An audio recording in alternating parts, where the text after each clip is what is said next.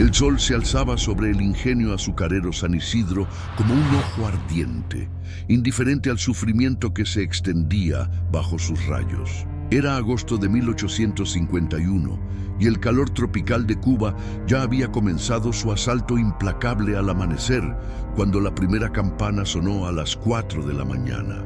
Marcos, 52 años, su cuerpo un mapa de cicatrices que contaban la historia de 22 años de esclavitud, ya estaba despierto. Nunca había dormido profundamente en años. La esclavitud le había enseñado a dormir con los ojos abiertos, los músculos constantemente tensos, con la clase de vigilancia que erosionaba el espíritu de un hombre mucho antes de erosionar su carne.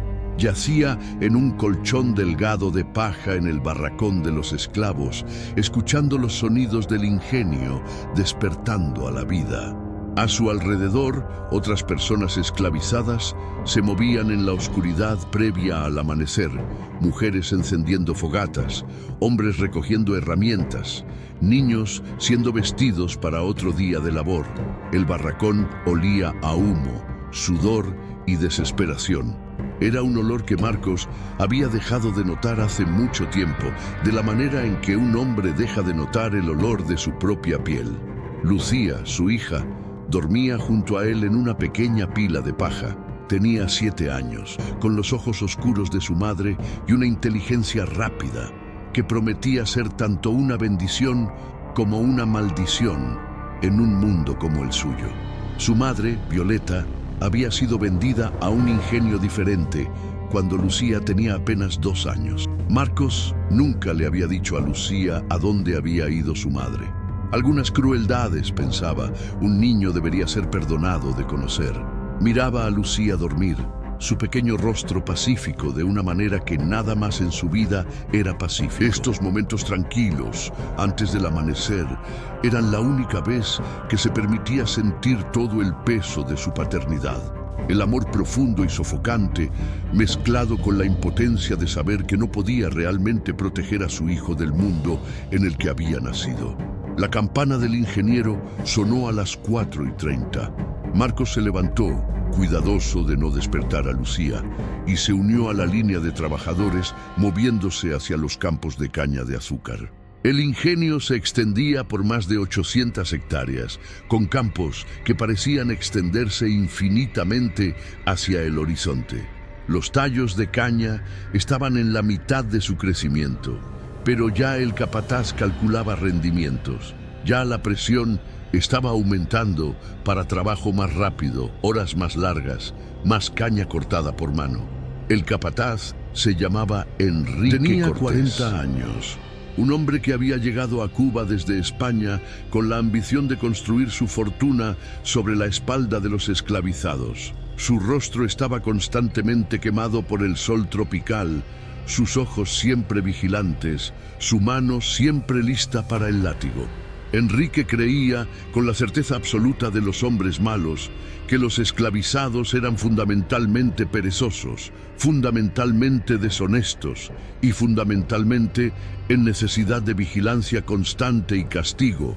Marcos había aprendido hace mucho tiempo cómo trabajar de una manera que atrajera atención mínima de Enrique.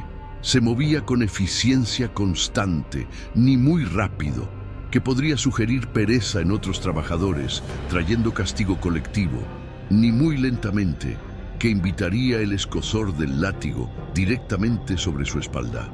Había una calibración precisa para la supervivencia en la esclavitud, una matemática del movimiento y la invisibilidad que Marcos había perfeccionado durante 2 décadas. Los tallos de caña eran pesados, sus hojas afiladas como navajas que cortaban las manos de los trabajadores. Marcos' manos se movieron a través de los movimientos familiares: cortar, apilar, mover al siguiente tallo, cortar de nuevo. Sus manos habían hecho este trabajo durante tanto tiempo que parecían haber desarrollado una inteligencia autónoma. Su mente, sin embargo, estaba en otro lugar. Estaba con Lucía de vuelta en el barracón. Estaba con Violeta, vendida a algún destino desconocido años antes. Estaba con el conocimiento de que, en términos de experiencia vivida, era un hombre de 70 años, aunque el calendario insistía que solo tenía 52. Por las 9 de la mañana, el calor se había convertido en casi insoportable. El termómetro en la casa del ingeniero azucarero, un lujo que solo los amos y capataces podían acceder, mostraría más tarde que alcanzó 107 grados Fahrenheit al mediodía. Los trabajadores no habían recibido nada excepto agua y un pedazo de pan de maíz al amanecer. Sus cuerpos estaban quemando calorías mucho más rápido de lo que podían ser reemplazadas. Los más débiles entre ellos, los ancianos, los niños, los enfermos, comenzaron a desvanecerse. Marcos había aprendido a racionar su propia energía, a moverse a través del calor como un fantasma, gastando solo el esfuerzo mínimo necesario. Pero alrededor del mediodía, algo alteró el ritmo terrible del trabajo. Un grito perforó el aire desde la dirección de la casa principal del ingenio. Era el grito de un niño, agudo y lleno de pánico. Las manos de Marcos se congelaron a mitad del movimiento. Los otros trabajadores habían aprendido hace mucho a no reaccionar a tales sonidos, pero cada músculo en el cuerpo de Marcos se puso rígido. Conocía esa voz, la había escuchado cada día de la vida de Lucía, en la risa, en las preguntas, en los pequeños sonidos de la infancia. Esta era la voz de Lucía, torcida en terror.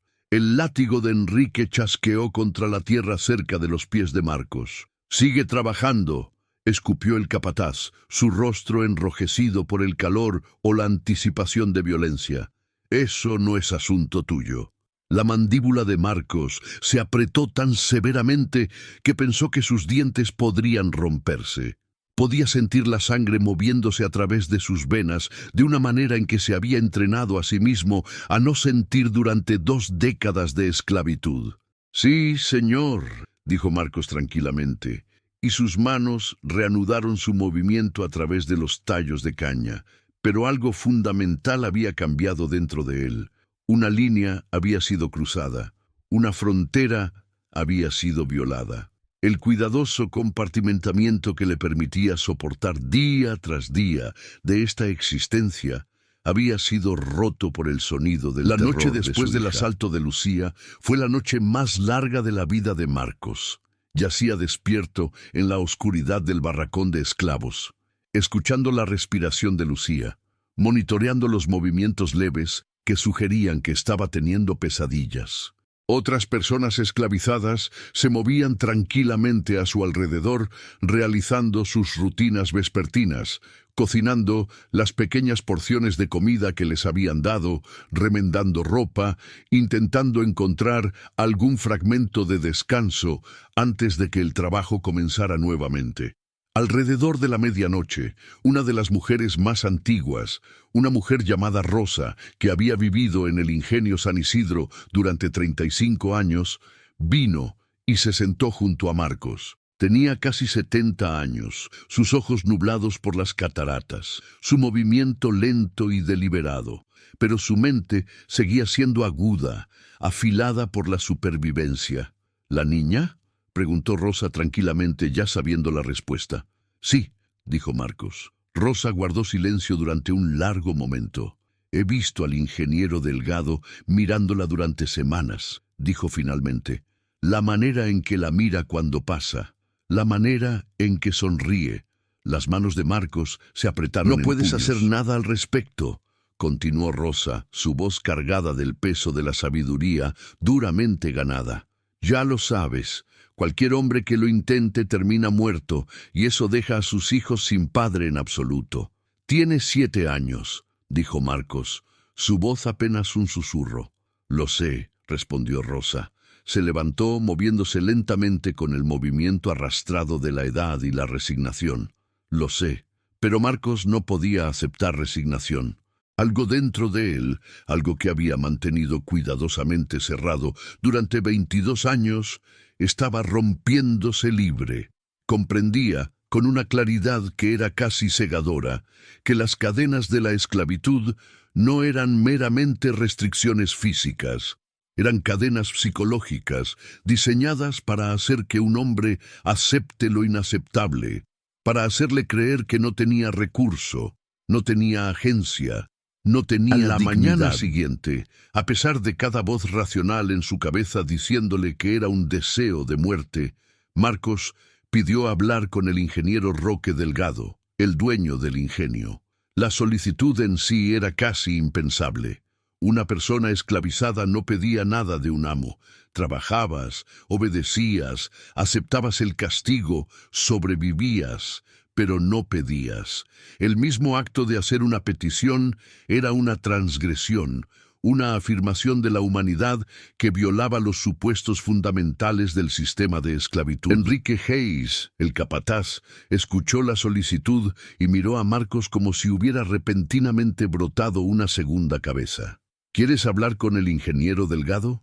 La voz de Enrique llevaba una nota de incredulidad mezclada con diversión cruel.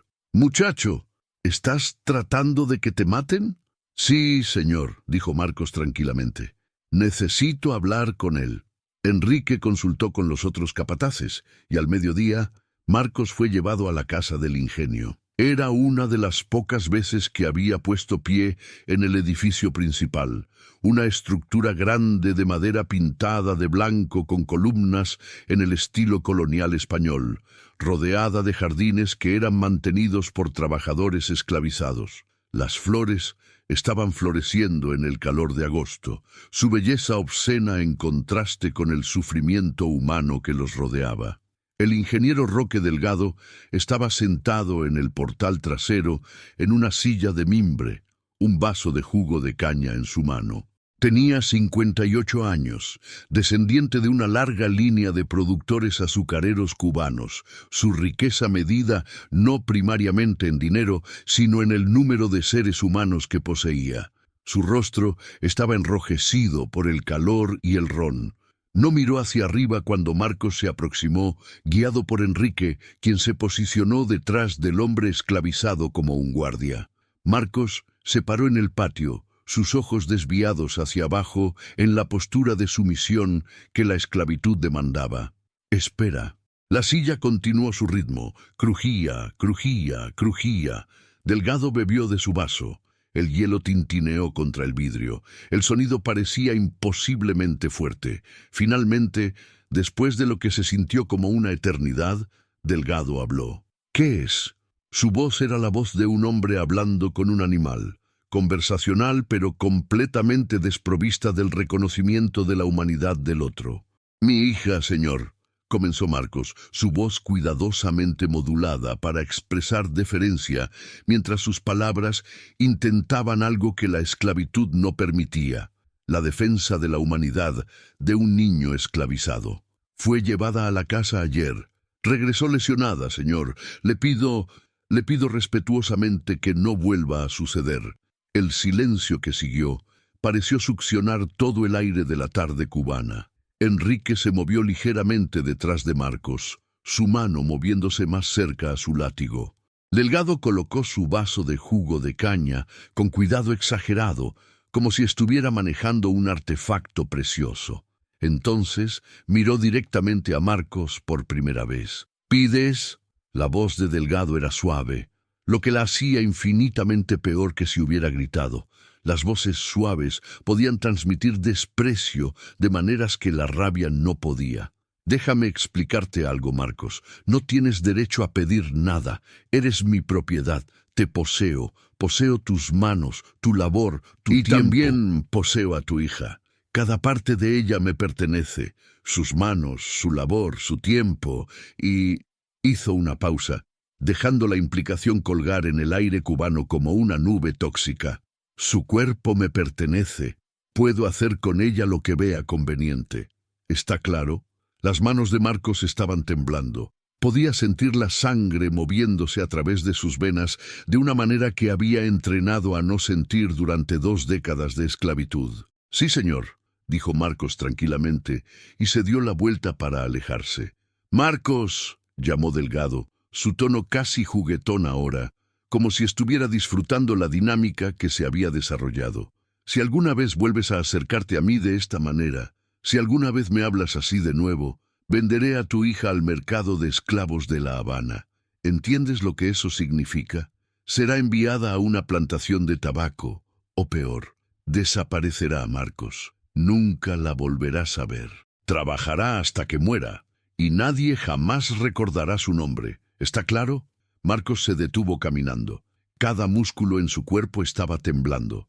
Se dio la vuelta para enfrentar a Delgado, y por solo un momento, algo parpadeó en su expresión.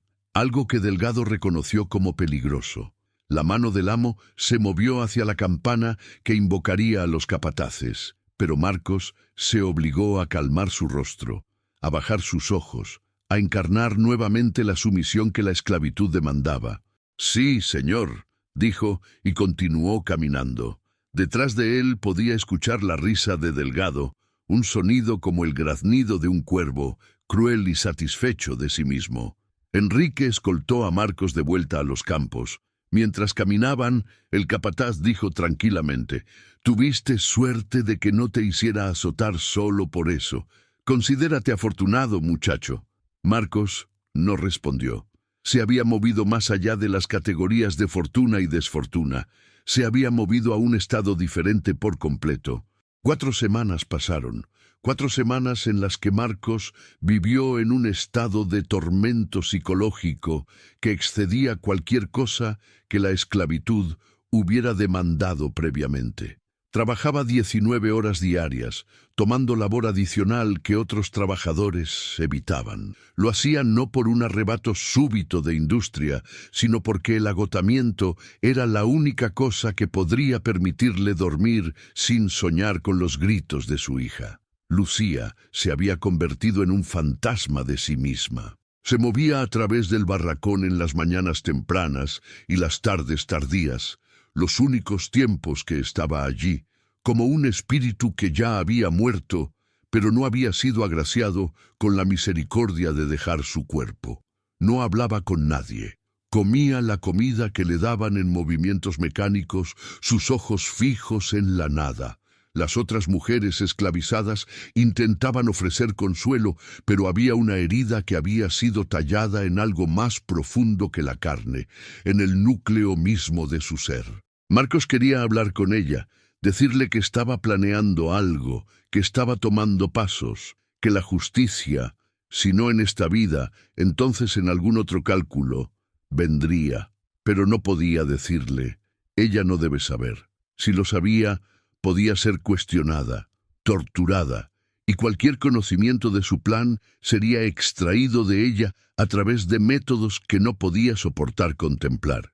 Entonces la vio en silencio, ardiendo con impotencia. En la tercera semana, Lucía fue llevada a la casa grande nuevamente. Marcos, trabajando en los campos, sintió algo dentro de él romperse con un chasquido casi audible. Enrique estaba de pie cerca, y Marcos se obligó a sí mismo a continuar recogiendo caña, a mantener la fachada de normalidad, mientras dentro de él una tormenta estaba construyéndose que eventualmente desgarraría el mundo entero.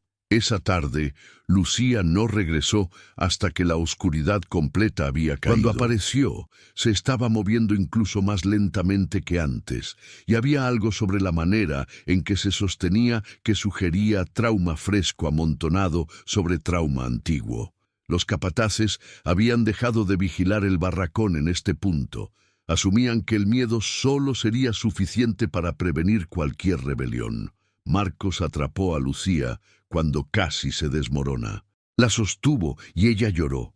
No las lágrimas de un niño, sino el llanto silencioso de alguien cuyo espíritu estaba siendo sistemáticamente destruido, pieza por pieza, violación por violación.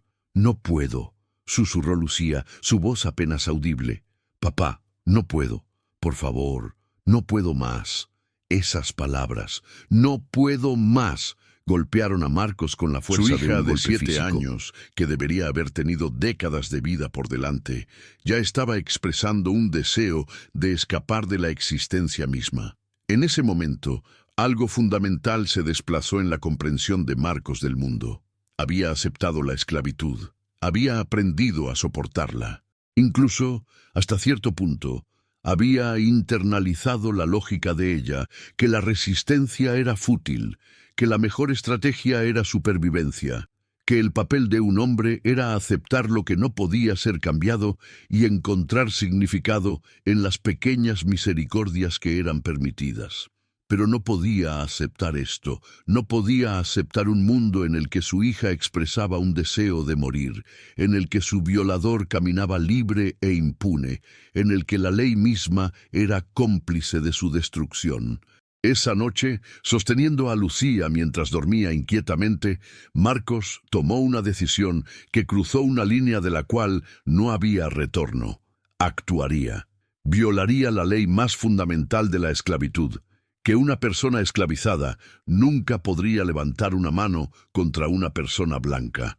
Más que eso, violaría la ley que protegía a los niños. Se convertiría a sí mismo en un monstruo a los ojos del mundo, pero lo haría. Durante los próximos 8 días, Marcos observó todo con la intensidad de un hombre preparándose para su propia muerte, lo cual, por supuesto, era.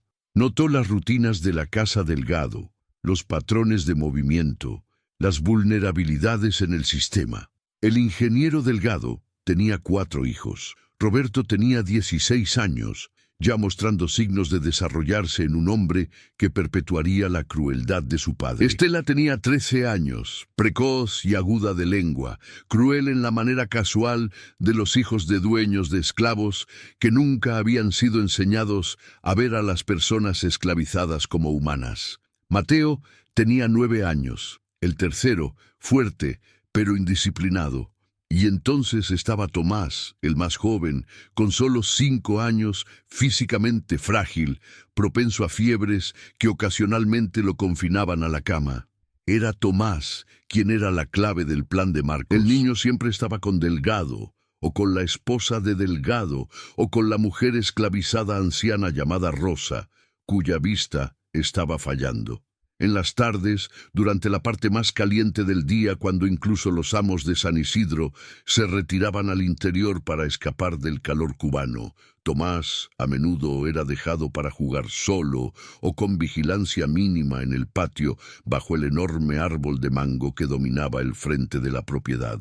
Marcos comenzó a trabajar noches, tomando labor adicional que los capataces ofrecían a cambio de raciones adicionales. Esto le dio acceso a diferentes partes del ingenio, diferentes tiempos del día, diferentes oportunidades para observar. Vigiló donde Delgado guardaba sus herramientas, donde se almacenaban las armas, donde dormían los perros, qué tiempos del día la plantación estaba menos poblada. Adquirió un machete, no a través del robo, que hubiera sido notado, sino a través de acumulación cuidadosa. Lo consiguió en pedazos durante varios días, ocultando la hoja en el barracón. Encontró cuerda, que era fácilmente accesible en las áreas de trabajo. Localizó una barra de hierro de una cosechadora rota y comenzó el lento y cuidadoso proceso de afilarlo. Todo el tiempo mantuvo su fachada. Trabajaba en los campos, regresaba al barracón, comía sus raciones. No decía nada a nadie. El peso de lo que estaba planeando se sentaba en su pecho como una piedra, haciéndose más pesado con cada día que pasaba. Una tarde, trabajando tarde en los campos después de que los otros trabajadores hubieran sido despedidos, Marcos se permitió un momento de conversación real con Lucía. Se pararon entre las hileras de caña de azúcar, escondidos de la vista de los capataces que se habían retirado a sus cuartos para la tarde. «Voy a hacer algo», dijo Marcos tranquilamente. «Algo que lo cambiará todo». «No», dijo Lucía inmediatamente, su voz llena de pánico. «Papá, por favor, no. Sea lo que sea que estés pensando, no lo hagas. Continuarán haciendo esto», dijo Marcos. «Contigo, con otros niños, con todos nosotros. A menos que alguien lo detenga. A menos que alguien diga no. Te matarán», dijo Lucía, las lágrimas corriendo por su rostro. «Sí», dijo Marcos, encontrando los ojos de su hija. «Lo sé, pero necesitas entender algo, Lo que voy a hacer no es sobre ti, no es tu culpa, no es tu responsabilidad. Necesito que entiendas que estoy haciendo esto porque soy tu padre y no puedo aceptar un mundo en el que eres tratada de esta manera y no hago nada». La acercó y se abrazaron en el crepúsculo de verano cubano, y Marcos intentó comunicar a través del abrazo todo lo que necesitaba que ella supiera, que la amaba, que su sufrimiento importaba, que el mundo era injusto y que a veces la única dignidad que quedaba a un hombre era actuar. La mañana de la violencia fue notable en casi ninguna forma. Era sábado 30 de agosto de 1851. La temperatura ya había alcanzado 95 grados para las 8 de la mañana, y el pronóstico, comunicado entre los trabajadores esclavizados a través de la misteriosa red de información que existía paralela a los canales oficiales, era para calor que se aproximaría a 108 grados al mediodía. La cosecha de caña estaba 3 semanas. El ingeniero Delgado estaba en La Habana, atendiendo asuntos de negocios relacionados con la venta de azúcar refinada a los mercados europeos. Regresaría esa noche. La plantación operaba bajo los ritmos normales de la esclavitud. Las personas esclavizadas en los campos, los capataces manteniendo su vigilancia constante, los trabajadores domésticos sirviendo a la familia y manteniendo la propiedad. Marcos trabajó en los campos toda la mañana, moviéndose a través de las plantas de caña con la precisión mecánica que se había convertido en segunda naturaleza. Sus manos alcanzaban tallos, los colocaban en canastas, se movían al siguiente tallo. Alcanzar, agarrar, cortar, colocar, mover. El ritmo era hipnótico, y dentro de ese ritmo, Marcos encontró una clase de paz. Había tomado su decisión. La maquinaria de su plan estaba en movimiento. Ya no había necesidad de debate interno o vacilación. Al mediodía, los trabajadores recibieron su breve descanso, un tiempo cuando los capataces se retiraban a la sombra de los árboles cerca de la casa del ingenio, y a las personas esclavizadas se les permitía sentarse en pequeños grupos, comiendo sus raciones magras de pan de maíz y bebiendo agua. Marcos comió su pan, bebió, se sentó tranquilamente, no atrayendo atención a sí mismo, no haciendo nada que sería recordado o comentado por alguien que más tarde pudiera ser cuestionado sobre sus movimientos ese día. A las 2, cuando los trabajadores estaban siendo conducidos de vuelta a los campos, Marcos se acercó al capataz. No Enrique, sino un hombre más joven llamado Gabriel, cuya autoridad era menos absoluta. «Mis pies están sangrando mucho», dijo Marcos, levantando sus manos para mostrar los cortes y callos. «Necesito tratarlos o se infectarán. Seré inútil si consigo infección en estas manos». El capataz miró sus pies, vio el sangrado genuino y lo envió con un gesto desdeñoso. «Ve a cuidarte, pero será mejor que estés de vuelta en los campos para las 3, o seré azotado por pereza». «Sí, señor», dijo Marcos, y se dio la vuelta y caminó hacia el barracón, pero no se detuvo allí. Continuó caminando, pasando el barracón, hacia la línea de árboles detrás de la plantación, donde había escondido una bolsa de arpillera conteniendo todo lo que necesitaría. Sacó el machete, afilado a un filo de navaja, recuperó la cuerda, tomó la barra de hierro. Se cambió a ropa diferente, que no estaba empapada de sudor y suciedad, ropa que no lo identificaría inmediatamente como un trabajador de campo. Sus manos fueron constantes mientras se preparaba.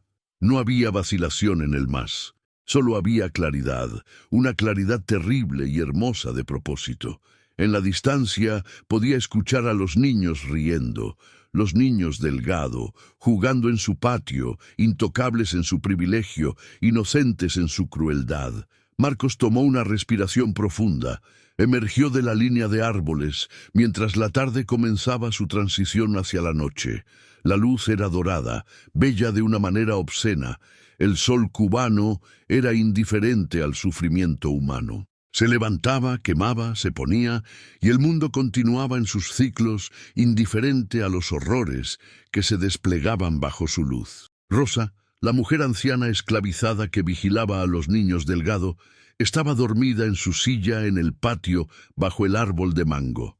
Era casi ciega, su audición fallando, su mente cada vez más confundida por la edad y los efectos de una vida entera en la esclavitud. Había sido asignada esta tarea porque era demasiado vieja para trabajar en los campos, y vigilar niños requería esfuerzo cognitivo mínimo. Sus ojos estaban cerrados, su cabeza inclinada hacia atrás, su respiración superficial y rítmica. Tomás Delgado estaba jugando bajo el árbol con un caballo de madera, un juguete que había sido hecho para él por uno de los artesanos esclavizados en la plantación. Era un niño pequeño, pálido, de pasar mucho de su tiempo adentro, su ropa lo suficientemente fina como para marcarlo como el hijo del amo. Miró hacia arriba cuando Marcos se acercó, mostrando ningún miedo, porque nada en su corta vida le había enseñado que había alguna razón para temer a un hombre esclavizado. Para él, Marcos era tan amenazante como el árbol mismo. «Hola», dijo el niño, su voz llevando la autoridad casual de un niño acostumbrado a la obediencia absoluta de todos a su alrededor. Marcos no respondió, no habló. Se movió con propósito terrible, y tardó menos de 20 segundos. Tomás Delgado murió bajo el árbol de mango sin entender por qué, sin siquiera tener tiempo de gritar de una manera significativa. Su cuerpo era pequeño, frágil, nada como la aparición monstruosa que perseguiría a Marcos por los días restantes de su vida. La violencia despertó a Rosa. Abrió su boca para gritar, sus ojos ciegos se abrían en confusión y terror, pero Marcos ya estaba moviéndose hacia la casa principal. El tiempo parecía moverse diferentemente ahora, más rápido y más lentamente simultáneamente. Podía escuchar cada paso, cada respiración, cada crujido de las tablas de madera mientras subía al portal. Estela Delgado estaba en el jardín, arreglando flores como hacían las niñas de su estatus. Ella miró hacia arriba en sorpresa cuando Marcos entró por la puerta lateral, un acto de tal transgresión que pareció congelar su mente antes de que su cuerpo pudiera reaccionar. Ella estaba intentando comprender por qué un hombre esclavizado había entrado a su hogar. ¿Por qué estaba violando las reglas fundamentales que gobernaban la relación entre razas en Cuba? No tuvo tiempo de comprender. Las manos de Marcos, que habían sido utilizadas para labor toda su vida, eran ahora instrumentos de algo completamente diferente. La mató en el jardín, entre las flores y las cosas finas que la esclavitud había comprado para su familia. Roberto Delgado estaba en la biblioteca leyendo, un lujo que pocos niños, y ciertamente ningún niño esclavizado, era permitido. Vio a Marcos y reconoció el peligro instantáneamente. Intentó correr, su instinto de supervivencia activándose tardíamente, pero la casa del ingenio era un laberinto de pasajes diseñados para comodidad y no para escape. Marcos lo alcanzó en las escaleras y fue terminado en momentos. Mateo fue el último. Estaba comiendo en la cocina, robando plátanos de un plato destinado para la mesa del amo. Cuando vio a Marcos, su primera reacción fue la sorpresa, seguida rápidamente por el terror. Pero ya era demasiado tarde. Cuando todo terminó, los 4 hijos del ingeniero Delgado estaban muertos. La casa del ingenio estaba silenciosa excepto por el sonido de los gritos de Rosa. Finalmente había encontrado su voz, y resonaba a través de la propiedad como una sirena anunciando el final de un mundo y el comienzo de otro. Marcos estaba de pie en el medio de la biblioteca cubierto de sangre que no era suya, y no sintió nada. Había esperado sentir algo: rabia, satisfacción, remordimiento, redención. Pero había solo vacío y la certeza absoluta de que nada sería jamás igual. Tal como la había conocido, había terminado. La vida que había vivido durante 52 años, los cálculos cuidadosos de supervivencia, los compromisos con su propia humanidad, todo había terminado. Miraba hacia abajo a sus manos, cubiertas con la sangre de 4 niños que nunca habían sido enseñados a ver a las personas esclavizadas como humanas, y sintió el peso de la historia posarse sobre sus hombros como una cosa física. Se había convertido en lo que la esclavitud siempre había prometido hacerlo, un monstruo, pero lo había hecho en sus propios términos. La alarma fue sonada antes de que el sol se hubiera puesto. Los gritos de Rosa habían traído otros trabajadores corriendo y dentro de minutos el alcance completo de la tragedia fue entendido. 4 niños muertos. Un hombre esclavizado, cubierto en sangre, de pie calmadamente en el medio de la casa del ingenio, como si estuviera esperando al juicio. Capataces a caballo cabalgaron a través de los campos, sus voces cortando el aire caluroso cubano como cuchillos. Rebelión de esclavos, rebelión de esclavos. A las armas, a las armas. Pero no había rebelión, no había conspiración. Había solo Marcos, el hombre que había cuidadosamente ocultado sus intenciones y había actuado solo. La milicia fue convocada. Terratenientes vecinos, que recibieron las noticias a través de jinetes enviados desde San Isidro, vinieron armados a la propiedad, cabalgando fuertemente a través del calor de la tarde.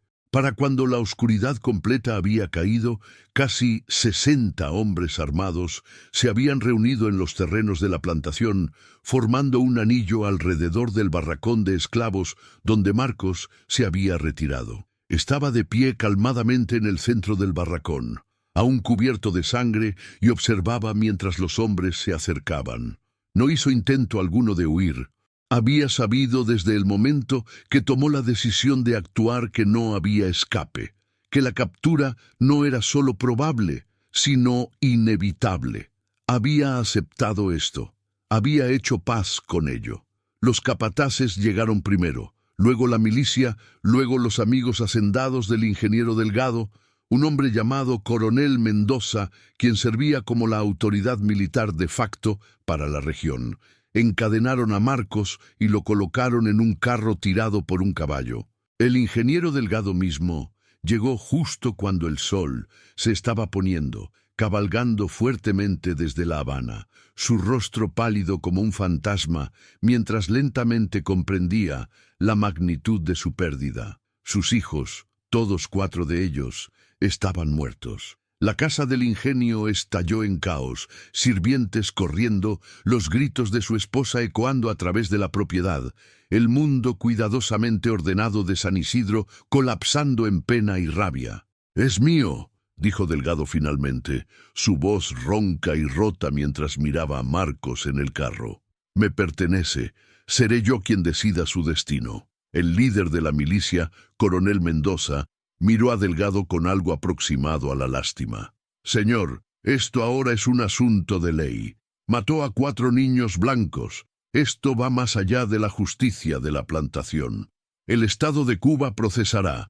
Colocaron a Marcos en un carro destinado a La Habana, donde se mantendría la cárcel más importante. Las personas esclavizadas de San Isidro vieron en silencio mientras era llevado. El sistema estaba funcionando como estaba diseñado. Un hombre esclavizado había violado sus leyes más sagradas y la maquinaria de la justicia avanzaría para restaurar el orden. Lucía estaba de pie, al borde de la multitud de trabajadores esclavizados, su rostro completamente en blanco. Ella había entendido de alguna manera lo que su padre había hecho. No los específicos, pero la verdad más amplia: que él había actuado, que había rechazado aceptar su sufrimiento, que había hecho algo irreversible. Marcos encontró sus ojos por solo un momento mientras el carro se movía hacia adelante, y en ese momento intentó comunicar todo. Perdón por lo que ella enfrentaría a continuación, amor que trascendía el odio que había desatado y el precio terrible de su libertad, una libertad que existía solo en el momento antes de su ejecución, una libertad de la mente más que del cuerpo, una libertad comprada a través de sangre y pérdida. El carro se movió hacia la ciudad, hacia la cárcel provincial, hacia el juicio y la ejecución, hacia la historia. El juicio de Marcos se llevó a cabo en el Tribunal de La Habana, una ciudad de 30.000 almas donde todos entendían las implicaciones de lo que había sucedido. Si un hombre esclavizado podía matar niños blancos con impunidad, todo el sistema esclavista cubano estaba amenazado. La maquinaria de la ley, por lo tanto, tenía que funcionar perfectamente para restaurar la confianza que había sido sacudida. El juicio duró 5 días. Las pruebas eran abrumadoras. Múltiples testigos habían visto a Marcos cubierto de sangre. Los cuerpos de los 4 niños fueron exhibidos al jurado como prueba física del crimen. El fiscal, un hombre llamado licenciado Fernando Ruiz, presentó un caso simple y directo. Marcos había cometido asesinato, múltiples cargos de asesinato, crímenes de la naturaleza más atroz contra los cimientos mismos de la sociedad cubana. El juez era un hombre llamado don Silvestre Navarro, 72 años, totalmente dedicado a la preservación del orden colonial español. Había presidido la corte durante 35 años y entendía que este juicio era sobre más que el crimen de un hombre. Era sobre mantener todo el sistema de la esclavitud. Cada persona esclavizada en la isla estaba observando y el mensaje que fuera enviado a través de este juicio reforzaría o socavaría los cimientos del poder colonial. El abogado de Marcos, un hombre asignado por la corte llamado don Carlos Montoya, hizo solo un esfuerzo simbólico para defender a su cliente. Argumentó que Marcos estaba mentalmente incapacitado, que la esclavitud había degradado su mente hasta el punto de locura, que el hombre esclavizado había sido enloquecido por las condiciones de su servidumbre. Era una defensa que insultaba al acusado incluso mientras intentaba salvar su vida, implicando que solo un hombre cuya mente hubiera sido rota podría posiblemente resistir el sistema que lo esclavizaba. Pero en el tercer día del juicio, algo inesperado sucedió. Marcos pidió hablar. Su abogado protestó vehementemente. El juez lo advirtió que cualquier arrebato resultaría en su remoción de la corte. Pero Marcos se levantó de todas formas y la corte cayó en silencio. «Soy culpable», dijo, su voz constante y clara, sus palabras cortando a través del calor de La Habana y los procedimientos legales cuidadosamente construidos. «Maté a esos niños. Los maté porque mi hija fue violada y el hombre responsable de esa violación me dijo que su sufrimiento era su derecho. Los maté porque era impotente, porque no había ley que protegiera a mi hijo, porque en este sistema no somos humanos, somos propiedad». La cara del juez Navarro se puso púrpura de rabia. Golpeó su martillo repetidamente, demandando orden, demandando silencio, demandando que Marcos fuera removido de la corte, pero Marcos continuó hablando, su voz elevándose sobre el caos. «No pido perdón», dijo. «No pido clemencia, solo pido que recuerden, yo era un hombre que fue impulsado a hacer esto. Fui convertido en esto. Cada día de esclavitud crea hombres como yo. Y continuarán creando hombres como yo hasta que terminen este mal». Los guardias arrastraron a Marcos de la corte mientras el juez Navarro tronaba acerca del desacato a la corte y la obstrucción de la justicia. Pero las palabras habían sido pronunciadas. Algunos miembros del jurado se desplazaban incómodamente en sus asientos. Uno de ellos, un hombre llamado don Alfonso Vega, que siempre había albergado dudas privadas sobre la esclavitud, miró hacia otro lado de la mirada furiosa del juez. El jurado fue despedido para deliberar. Todos en la corte sabían cómo terminaría esto. No había preguntas sobre el resultado. Sin embargo, las palabras que Marcos había pronunciado parecían colgar en el aire como un fantasma, un desafío a todo el sistema que se había reunido para condenarlo.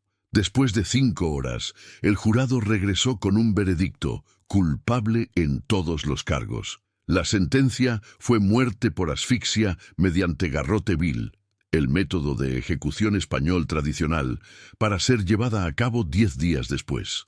El juez Navarro pronunció la sentencia con toda la gravedad y formalidad que la jurisprudencia española colonial podía reunir, y Marcos fue llevado a la cárcel de La Habana para esperar su ejecución.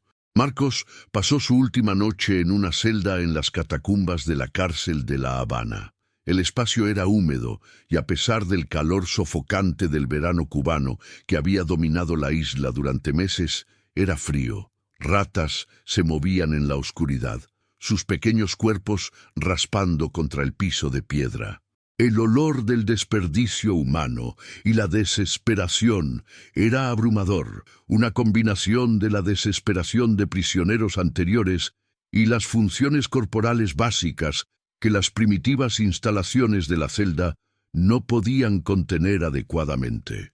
Un sacerdote vino a medianoche para ofrecer guía espiritual. Era un hombre llamado Padre Tomás Maldonado, quien se había convencido a sí mismo de que la esclavitud era ordenada por Dios, que el sistema era virtuoso, que las personas esclavizadas estaban inherentemente adaptadas para la esclavitud. Llevaba una Biblia y hablaba de redención, de perdón, de la misericordia de Cristo.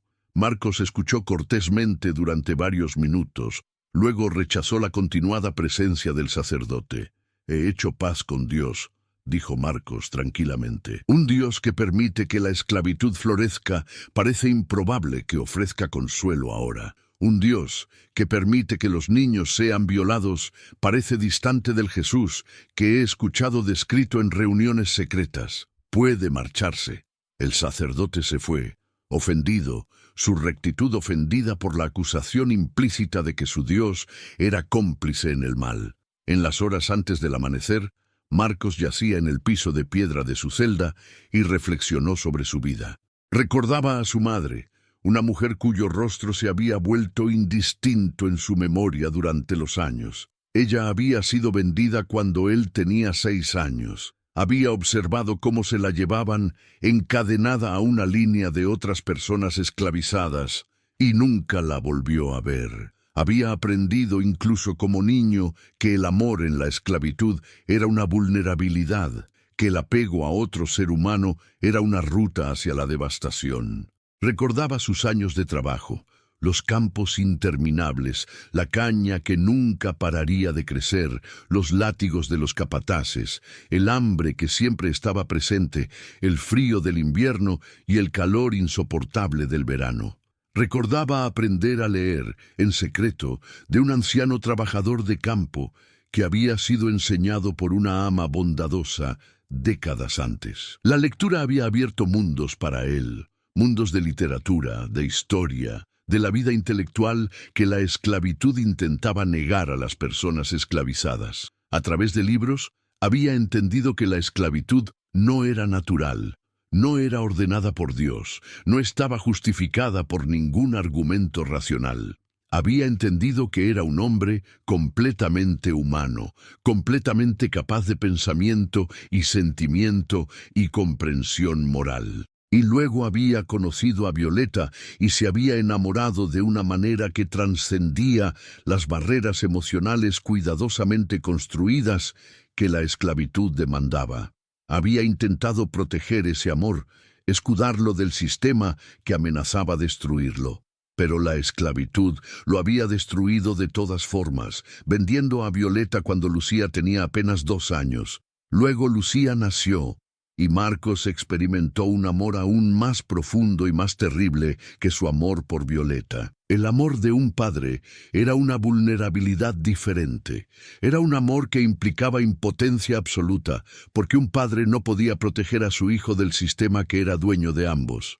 Marcos se preguntaba si sus acciones habían sido justificadas. Se preguntaba si había algún cálculo de matemática moral que pudiera justificar la muerte de 4 niños, incluso niños que habían nacido en el sistema de esclavitud, incluso niños que habían sido enseñados a ver a las personas esclavizadas como algo menos que humano. Pero finalmente no podía arrepentirse de sus acciones. Había actuado, había rechazado aceptar su impotencia. Había violado la ley que decía que un hombre esclavizado debe someterse a cualquier indignidad, cualquier violación, cualquier horror, sin resistencia. Y al violar esa ley, había afirmado algo fundamental sobre su propia humanidad. Nunca sabría si sus acciones cambiarían algo sobre el sistema que había creado esta tragedia. Nunca sabría si el sufrimiento de Lucía disminuiría, Si la muerte del ingeniero Delgado, quien había muerto de un ataque al corazón horas después de descubrir el asesinato de sus hijos, alteraría el curso de la esclavitud en Cuba. Nunca sabría si su historia sería recordada o si sería olvidada, absorbida en la vasta biblioteca de crímenes y contracrímenes que la esclavitud había engendrado. Pero sabía que había actuado. Y al actuar, en ese momento de terrible claridad y violencia, había sentido los grilletes de la esclavitud aflojarse, no en su cuerpo, sino en su espíritu. Por primera vez en 52 años, había ejercido agencia. Por primera vez, había sido el sujeto de su propia historia, en lugar de meramente un objeto actuado por otros. Mientras se aproximaba el amanecer, Marcos encontró una clase de paz, no la paz de la absolución o redención, sino la paz de un hombre que había hecho lo que su conciencia demandaba, independientemente del costo. La ejecución estaba programada para el amanecer en un viernes, 12 de septiembre de 1851. Casi 3.000 personas se reunieron en la Plaza de Armas de La Habana, terratenientes de provincias circundantes, capataces, personas esclavizadas que habían sido forzadas a asistir y presenciar, ciudadanos, visitantes curiosos de regiones vecinas, soldados españoles que habían sido llamados para mantener el orden. Una estructura de madera rude con un torniquete destinado a estrangular había sido erigido en el centro de la plaza, un monumento a la determinación del sistema de imponer obediencia a través del terror. Marcos fue conducido de la cárcel al amanecer cubano. El aire ya estaba caliente, ya pesado de humedad. La multitud cayó en silencio mientras emergía, encadenado pero caminando con dignidad, su cabeza sostenida en alto. No llevaba venda en los ojos. Miraba a la multitud que se había reunido para verlo morir, y en algún lugar, en ese mar de rostros, encontró a Lucía. Ella estaba allí, forzada a presenciar. Su pequeño cuerpo apenas visible entre los hombres y mujeres adultos que la rodeaban. Su rostro estaba devastado por el pesar y algo más, algo que podría haber sido orgullo, o comprensión, o quizás la sabiduría terrible que viene de presenciar el precio último de la resistencia. Marcos subió los escalones hacia el garrote con pasos constantes. El verdugo era un profesional, un hombre cuyo rostro era tan en blanco e inexpresivo como una máquina. Colocó el torniquete alrededor del cuello de Marcos con eficiencia practicada. La multitud contuvo la respiración, esperando las palabras finales que la tradición y la curiosidad mórbida demandaban. El verdugo preguntó si tenía alguna palabra final. Marcos miró hacia la multitud, hacia el sistema que representaban, hacia el mundo que lo había creado y destruido en igual medida. «No soy un asesino», dijo, su voz llevando a través de la silenciosa plaza. «Soy un hombre que fue esclavizado. Soy un hombre que observó a su hijo ser destruido. Soy un hombre que actuó. La historia me juzgará más justamente que ustedes jamás podrán». El torniquete fue apretado. La cuerda se tensionó. Y el hombre que había matado 4 niños, el hombre que había violado la ley absoluta del Caribe español, que un esclavo nunca podría levantar su mano contra una persona blanca, mucho menos contra niños blancos, estaba muerto. Su cuerpo fue dejado colgando en el calor de la mañana cubana, visible a todos, una advertencia y un mensaje. El sistema había sido preservado, el orden había sido restaurado, la justicia había sido servida, o eso es. En las semanas que siguieron a la ejecución de Marcos, la historia de lo que había sucedido se extendió por toda Cuba y más allá. Algunos la contaban como una historia de precaución sobre los peligros de la rebelión de esclavos y las consecuencias de la resistencia. Otros, en cuartos tranquilos y voces susurradas, la contaban como la historia de un hombre impulsado más allá de la resistencia, un hombre que había actuado cuando todas las otras opciones habían sido agotadas, un hombre que había afirmado su humanidad de la manera más dramática y terrible posible. Lucía vivió después de la muerte de su padre. El trauma que había experimentado, tanto antes como después de su ejecución, la marcaría por el resto de su vida. Pero trabajó en San Isidro durante los próximos 16 años, hasta que la Guerra de los 10 años llegó a Cuba en 1868, y el sistema que la había esclavizado fue finalmente desafiado. Cuando la emancipación llegó, Lucía tenía 24 años. Dejó la plantación y viajó, primero a La Habana, luego a Nueva York, donde podía construir una nueva vida. Se casó con un hombre llamado Mateo González, un libertador que había peleado en las guerras de independencia cubana, y juntos tuvieron 3 hijos. Nombraron a su hijo mayor Marcos, después del abuelo que nunca conocería, excepto a través de las historias. Lucía vivió hasta los 75 años. Vivió lo suficiente para ver el fin de la esclavitud en Cuba, para ver a su hijo asistir a la escuela, para ver posibilidades abrirse que hubieran sido impensables durante su infancia. Y vivió con la memoria de su padre, una memoria que llevó con ella cada día hasta su muerte en 1926. Contó a su hijo y a su nieto la historia del terrible choice de su padre, una elección nacida no del mal, sino de los límites absolutos de la resistencia humana. Una elección que le había costado a Marcos su vida, pero que había, de alguna manera inmensurable, afirmado la dignidad de un hombre esclavizado en un sistema diseñado para negarle cualquier dignidad. Otras versiones de la historia de Marcos se extendieron también. 35 años después de su ejecución, durante la Guerra Hispanoamericana, un soldado estadounidense de Nueva York, un hombre llamado James Sullivan, que estaba peleando para asegurar la independencia cubana, leyó un relato de la sentencia de Marcos en un periódico abolicionista que había sido publicado en Boston. Leyó las palabras de Marcos sobre cómo el sistema de esclavitud creaba hombres capaces de cosas terribles, cómo cada día de esclavitud producía hombres como Marcos que eventualmente rechazarían aceptar lo inaceptable.